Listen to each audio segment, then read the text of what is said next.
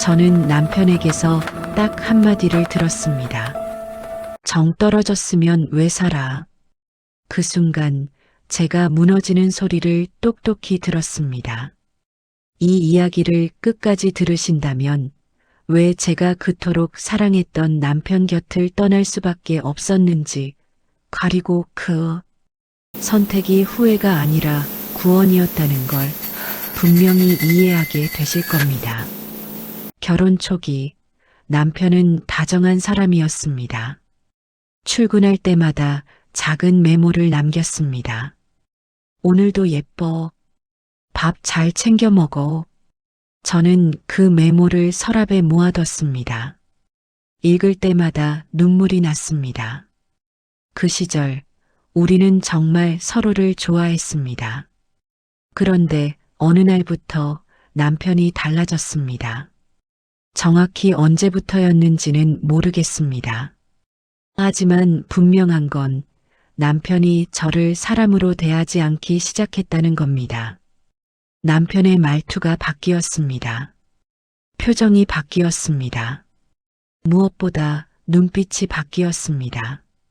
싸울 때 남편의 눈은 더 이상 저를 사랑하는 눈이 아니었습니다. 저를 심사하는 눈이었습니다. 어느 날부터 남편은 이상한 부탁을 하기 시작했습니다. 자기가 보고 싶은 영상을 찾아달라고 했습니다.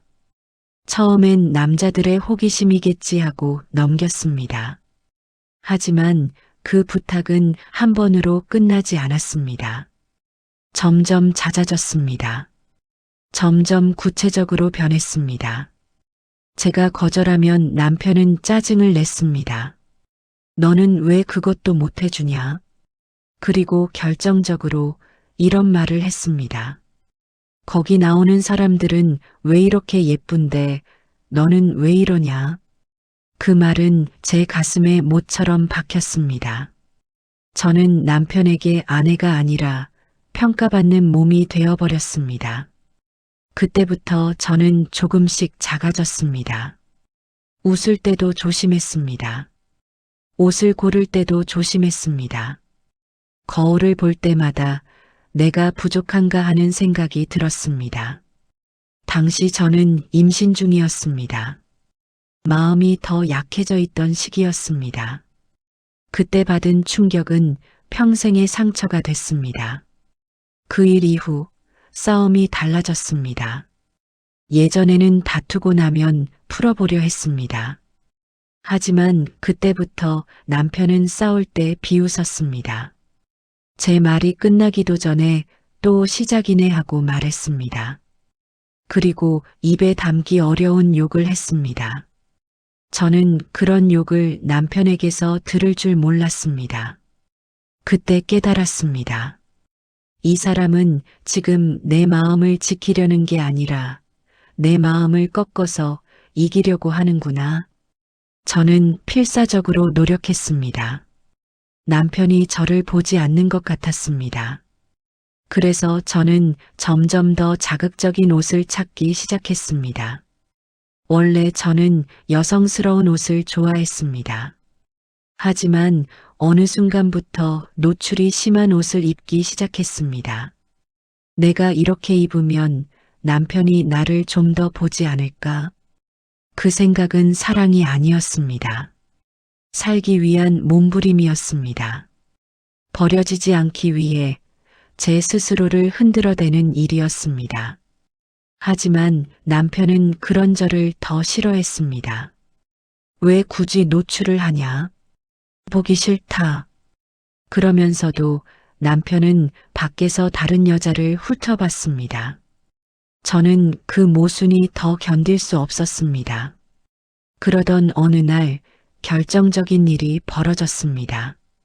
우리 부부와 남편 친구, 그리고 제 여동생, 이렇게 넷이서 술을 마셨습니다. 저는 잠깐 방에 들어가 잠이 들었습니다. 얼마 후 눈을 떴습니다. 분위기가 이상했습니다. 남편 친구는 이미 자고 있었고 남편은 제 여동생에게 계속 술을 권하고 있었습니다. 저는 화가 나서 밖으로 나갔다가 갈 데가 없어 다시 들어왔습니다. 그런데 집안이 이상하게 조용했습니다. 누가 뭔가를 말하려다 멈춘 듯한 공기였습니다. 남편이 갑자기 자리로 돌아가 앉았습니다. 그 어색함이 제 머리를 차갑게 만들었습니다. 다음 날 저는 여동생에게 물었습니다. 그리고 들었습니다. 남편이 술김에 우리하자 같은 말을 했다는 이야기를. 말의 형태가 어떻든 그 말이 제 귀에 들어오는 순간 저는 현실이 무너지는 소리를 들었습니다. 실제로 무슨 일이 있었는지보다 더 중요한 건 제 남편이 제 가족까지 건드렸다는 사실이었습니다. 그날 이후 저는 남편의 말을 믿을 수 없었습니다. 아무 일도 없었다는 말이 제 마음으로 들어오지 않았습니다. 그리고 남편은 제 상처를 다루는 방법을 몰랐습니다. 아니, 다루고 싶어 하지도 않았습니다. 제가 울면 남편은 이렇게 말했습니다. 언제까지 그 이야기로 우려먹을 거냐. 제 아픔을 지겨움으로 만들었습니다. 제가 상처를 설명하면 그만해라고 했습니다. 저는 그 순간 깨달았습니다. 이 집에서는 제가 아파도 아플 자격이 없구나. 싸움은 점점 더 잦아졌습니다. 사소한 것들로 싸웠습니다. 문을 열어주지 않았다고, 버튼을 안 눌렀다고, 늦었다고, 옷이 마음에 안 든다고. 남편은 저를 명령했고 저는 반발했습니다.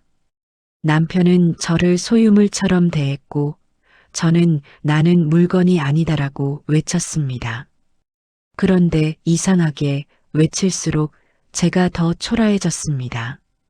제가 존중을 구걸하는 사람처럼 느껴졌습니다. 그러다 그 말이 나왔습니다. 정 떨어지면 이혼해. 저는 아무 말도 못했습니다. 그리고 남편이 다시 말했습니다. 정 떨어졌으면 왜 살아? 그 한마디가 제 머리를 멍하게 만들었습니다.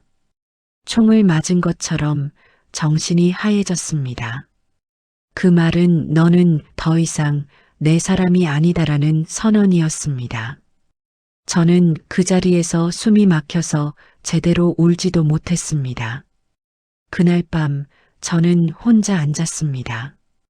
오래전 남편이 남긴 메모를 꺼내 읽었습니다. 작은 종이에 적힌 다정한 글씨. 오늘도 예뻐. 저는 그 글씨를 손으로 쓸어내리다가 결국 울고 말았습니다. 사람은 사랑이 없어서만 떠나는 게 아닙니다. 사랑이 있었다는 기억 때문에 더 오래 버팁니다. 저는 그 기억이 너무 커서 지금의 모욕을 견디고 있었습니다. 하지만 또 한편으로는 너무 분명했습니다. 이건 사랑이 아니라 병든 정이었습니다. 나는 사랑받고 싶어서 몸부림쳤고 남편은 불안해서 저를 통제했습니다. 나는 관심을 받으려고 더 드러내려 했고 남편은 불안해서 더 막으려 했습니다. 우리는 서로에게 약이 아니라 독이 되어가고 있었습니다. 그리고 저는 선택해야 했습니다. 이대로 상처를 참고 사는 사람으로 남을 것인지 아니면 제 아이와 제 삶을 위해 나를 지키는 사람이 될 것인지. 저는 그날 새벽 거울 앞에 섰습니다. 제 눈이 낯설었습니다. 제가 저를 불쌍해하고 있었습니다. 그때 마음속에서 아주 작은 목소리가 들렸습니다. 사랑받는 방법을 몰랐던 건 죄가 아니다. 하지만 모욕을 견디는 건 사랑이 아니다. 저는 그 목소리를 붙잡았습니다. 저는 결심했습니다. 오늘부터 저는 남편의 눈치가 아니라 제 존엄을 기준으로 살겠다고. 이 결심이 이혼으로 가든 회복으로 가든 한 가지는 분명했습니다. 내가 나를 버리면 누구도 나를 지켜주지 않습니다. 그리고 지금 저는 남편과 헤어졌습니다. 쉬운 결정은 아니었습니다. 하지만 후회하지 않습니다. 한 가지는 바뀌었습니다. 저는 더 이상 노출로 사랑을 구걸하지 않습니다. 저는 더 이상 참는 것을 사랑이라고 부르지 않습니다. 그리고 언젠가 누군가 다시 제게 다정해진다 해도 그 다정함이 제 존엄을 밟고 올라선 것이라면 저는 다시는 돌아가지 않을 것입니다. 왜냐하면 저는 이제 압니다. 사랑은 사람을 작게 만드는 게 아니라 사람을 사람답게 세워주는 것이라는 걸. 그리고 진짜 사랑은 내가 나를 먼저 지킬 때 비로소 시작된다는 것을